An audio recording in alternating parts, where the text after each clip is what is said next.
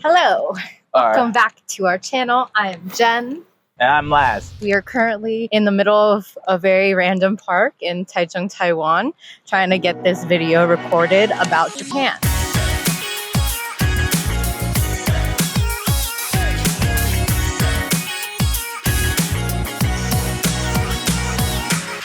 We are talking about how to spend 7 days in Hokkaido, Japan. We went in winter time, so early December, 7 days in Hokkaido. I think that's a really good trip. So we're gonna kind of walk you through the process and kind of our loose itinerary of what we did in those 7 days. Just a caveat, if you're coming into Tokyo International Airport, either one of those airports, and you wanna go to Hokkaido by train, it's gonna take you 1 full day to travel. So that's why technically it was, even though we were in Hokkaido for 7 days, it was 2 days of travel. So really 5 full days of really being immersed in Hokkaido, I would say. Yeah. So first, we have traveling from Tokyo to Sapporo. First day, we took the train from Tokyo. We got a JR pass. We also made a video about that I will link in the description below if you want to see if the JR pass is worth it. But we took the JR train from Tokyo to Hokkaido. It was gorgeous. And then you go through like a water tunnel, which we didn't see because by that time it was dark, but very nice train experience, very long train experience. Could also just fly into Hokkaido if you'd like. But we wanted to take the bullet train. We wanted to do the train and we want that whole experience and get to see like Hokkaido on the other side of things. So roughly 8 to 10 hours for that full travel time. So we get to Sapporo for the first night. Immediately went and checked into our hotel, which was downtown Sapporo. So in the business district, there was lots and lots of people when we were going out to get there and when we were coming back out to take our venture to dinner, right? Yeah.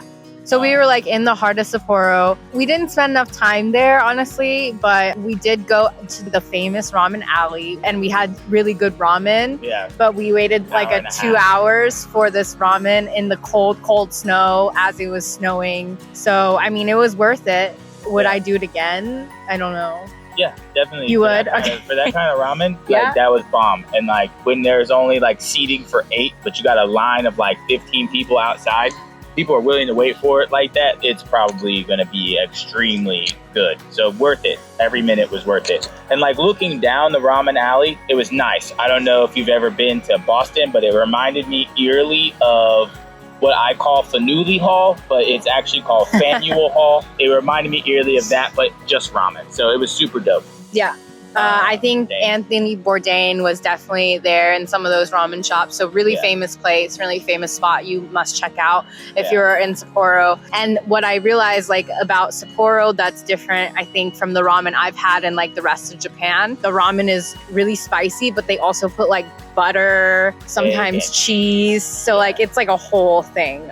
Really warms you up though. And then we're old, so we didn't like really party, but there's a lot of beer. There's a lot of like partying stuff to do in Sapporo. We weren't really trying to do that. So after ramen, we kind of just walked around and went back to our hotel and called it a night. So then you have boy and girl bars. You know, boy and girl bars where like it's like the pretty people and they got them on the side of the like the pretty Japanese the hostess boys. clubs. He's talking about the hostess clubs. And there are plenty of them everywhere, downtown business district. Didn't know that was a thing, but now that I know, I understand anime just a little bit more. Yeah. Yeah, so that's fun. So day 2, we wake up in Sapporo. The first thing we do is actually going out to a horseback ride, which I really wanted to do for my birthday. So it was called Wild Mustangs, and it took us about, I think, an hour to get there. Yeah. It's kind of like out in the countryside a little bit. Yep, taxi driver struggled to get there a little bit because the path was a little wonky. And we were a little late. We probably should have taken the bus, but we took a taxi instead. But we got there, and it was good. It was great. It was a wonderful time. Yeah. Riding horses in Japan was fantastic. It's truly fantastic if you've never ridden horses, especially in the snow. Just a little word of advice, just make sure you have your personal belongings with you at all times and double, triple check. I think another tip too is not to rush, to really time yourself. I think we didn't give ourselves enough time for things because we were, and that's my fault. I'll admit that. I see the face. It's because I want to pack so much into a trip that sometimes it feels really rushed. where we could probably take longer and take our time. But I just want to do everything. We went straight to the zoo after that. We were like rushing back because I'm obsessed with red pandas. I think red pandas are the most beautiful, wonderful little pet that I wish I had in the entire world. And they had a red panda exhibit, which was fantastic. I loved every second of it. She did too. They were like the closest I've ever been to a red panda, and it was like they had like a little area for them to like come out and walk around, and you could see them and you could almost touch them, but you couldn't. You know, bad for them for some reason, you know, because human bacteria. And it's like in this big like Central Park area almost. It's really cold, but it's a really nice walk. It's really beautiful. Like it's like a huge forested area. Really, really nice, really great quality air. I saw the biggest eagle I've ever seen in my entire life. Yeah. Hi. Ni hao. Uchi. I saw the biggest eagle I've ever seen in my entire life, and it was fantastic. On a whole nother degree, we're not going to talk about it. We're just going to let it happen. We got to get through this, okay? Get it together. Pull it together. So we recommend going to the Sapporo Zoo if it's your first time, especially if you like seeing animals that are local to Japan and that you might not see elsewhere. And I would say that even though we didn't spend a lot of time there, I did feel like the zoo was really kept well. Like they really treated their animals well. Yeah. You could tell they put a lot of care into the animals there. It's also like very eco-friendly, very caring about being green and sustainable. So the elephant house was dope because it was huge. And then you're like, wait, this is a huge facility and these are big elephants, and you still don't even feel like the facility is big enough for the elephants. It was crazy. But yeah, that was dope. Yeah, they have their own like huge arena and like swimming pool and stuff. So that's nice. Yeah, so we didn't get a chance to go to the Sapporo Beer Museum, but if you've never been, it's on one of our things to do. Obviously, if you've ever had Sapporo beer, it's very famous worldwide. That's where it is. So you can catch it downtown Sapporo. It's not that far from the main area. Then you wanted to get, what was it, the soup curry? Yeah, soup curry was one of the foods I wanted to try that's kind of specific to Hokkaido and north region of Japan. It sounds exactly what it is. It's soup curry, but I think that there's like really amazing flavor to it. If you had like ever Singaporean curry or anything like that, it was very rich and like you could get some spice and then usually have it like with a chicken, like stewed inside of it. So it was just really delicious, especially for the wintertime. After that, we took a train to Otaru, which is where we spent our third day. When we got there, it was already night. I think it was like 5 or 6 at night, and we had to check into our hostel, which was this really cute little bar with a hostel in the back, and great place to stay, especially if you're on a budget. So I'll link that also down below in the description so you can get that information. But really, really great budget-friendly hotel and hostel, and you can meet a lot of travelers there because that's what it is, right? It's a hostel. And they give you a token for a free drink, a free beer downstairs. Yeah. We checked in and hung out at that bar and got some beer that was really good, had some good gin.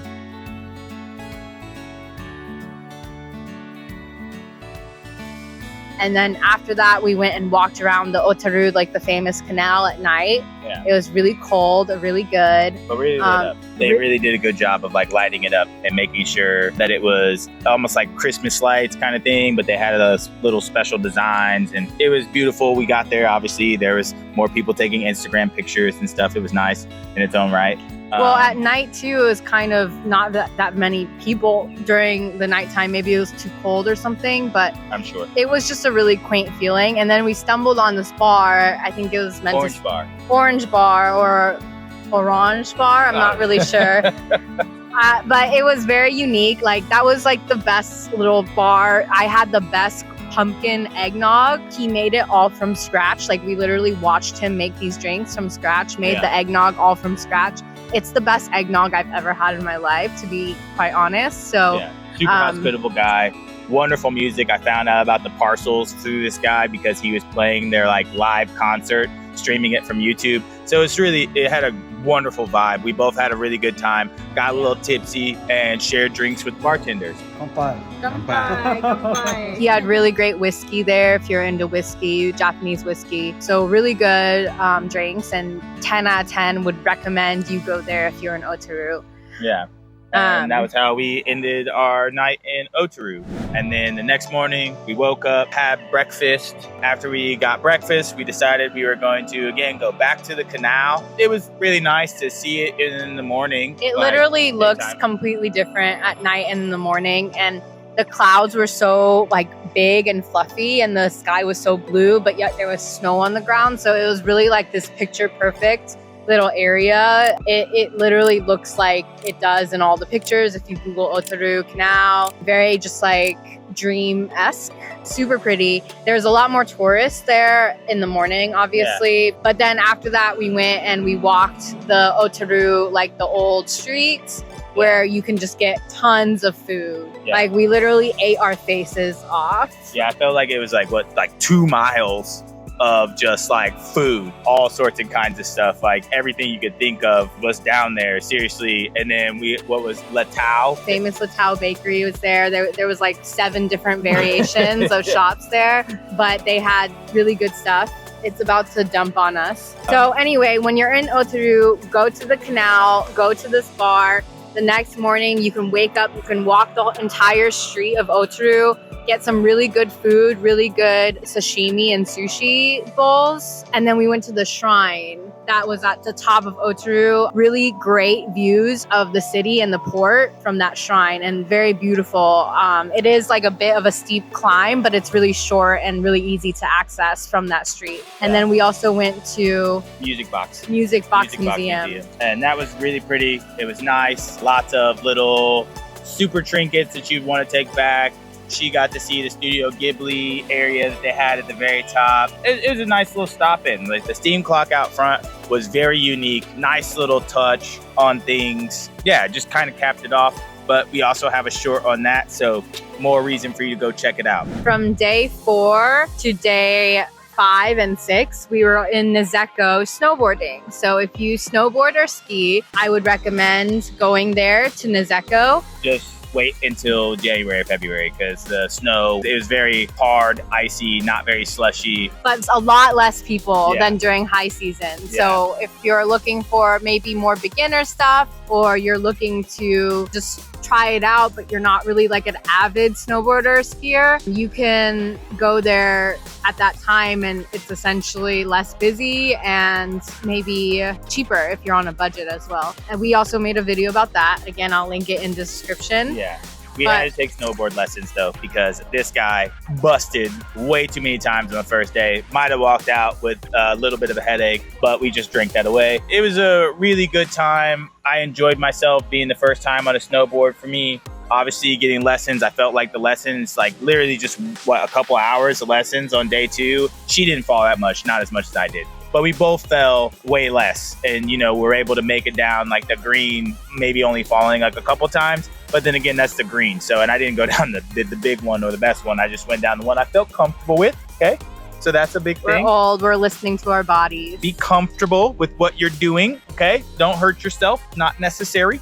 Okay. All right. But you can kind of just explore that area, but not very much if you're skiing and snowboarding. I'm guessing if you're going to Niseko, that's really all you're going to be doing. So that's what we did when we were in Hokkaido. And then the final day we were in Hokkaido was Lake Toya. And this is kind of a little out of the way. I realize not very many people know about Lake Toya. It's more of a local area, it seems. There's actually a lot of Taiwanese people there as well. Yeah. But if you've ever been to Taiwan, or if you're from Taiwan, it's kind of like a grandiose version of Sun Moon Lake, I would say. But kind of weird too, because the town Toya itself is like a ghost town. So it was this very strange like contradiction of where we were versus the town versus like the landscape. Yeah. Very beautiful, huge lake, and then just like quietness really around the lake. And we hiked up a volcano. You're living on the edge a little bit if you know you're living on top of a volcano that's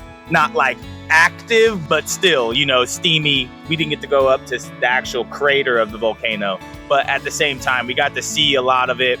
It was very windy when we were there and like kind of rainy, but it left for a very beautiful like scene when we got up to the top, seeing the sun shine through the clouds over the water. The hotel that we stayed at, super nice. We had our own private onsen which was dope. My first time again having a private onsen, so I was excited. It was fantastic, glorious. This trip was to Lake Toya. And for Toya, that was the only place in Hokkaido where we felt like we needed to rent a car. Yeah. So we rented a car and drove the entirety of Toya. And that way we could really take our time, look at the stops, and not have to rely on transportation, because I do think it is a little difficult out there. So just make sure you do your research and make sure that you have appropriate transportation, especially when you're in more like of the remote places like Toya. So we went up the Yuzu ropeway. Yeah, that's where the way to get up to the volcano. Yeah, so you take that up and it's a really cool experience. Definitely do that. There was also a bear sanctuary, which right next to the ropeway entrance. So I would definitely put that in the itinerary if you get a chance. And then the cool thing about just the town of Toya that I've really never really seen before, which was really cool, was that it is located kind of like on the edge. So you're on like the ocean. There's an ocean there, but then the other side is the lake, and then there's mountains. So like it's just like this really, again, really picture perfect, unique scenery. And I thought it was so beautiful, like especially during the sunset, where we were taking the JR train back to Tokyo on our final 7th day, which again took 8 hours. So by the time we got to Tokyo, it was like 11 p.m. Yeah. I think it was pretty late. I do have to say, before we stop talking about Toya, I had the best cheesecake I've ever had in my freaking life in Lake Toya. Like, I guess I didn't know, she knew the entire time and kept telling me Hokkaido is known for their milk. And you know, neither one of us really drink milk like that. Not like we wake up in the morning, like pop a milk and drink it. We don't do that. I probably would there. Oh, and the buffet at the hotel had some of the best steak I've ever had in my life. Wagyu beef, you know, that shit's good. So stupid good. So if you have a little time to splurge when you're in Hokkaido, I definitely, yeah, I think a week is good for all of that if you're including the train up and down. It was a little rushed, so if you have 10 days, even better, or 2 weeks. But and again, we just took like a tiny piece from Hokkaido. Like Hokkaido is huge. So this is only like a fourth of Hokkaido. Very, very small in comparison. But we definitely had a great time there. It was one of my best experiences traveling in Japan.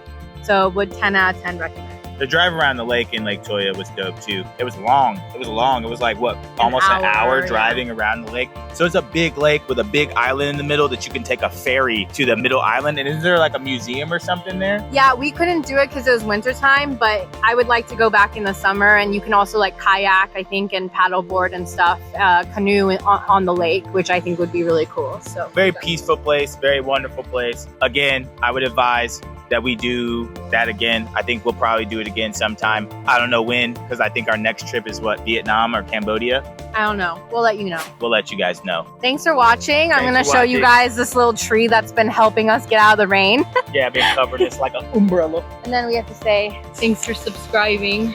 Okay, guys, thanks for listening to us talk. Subscribe. Subscribe if you vibe. Enjoy us. Bye. Bye.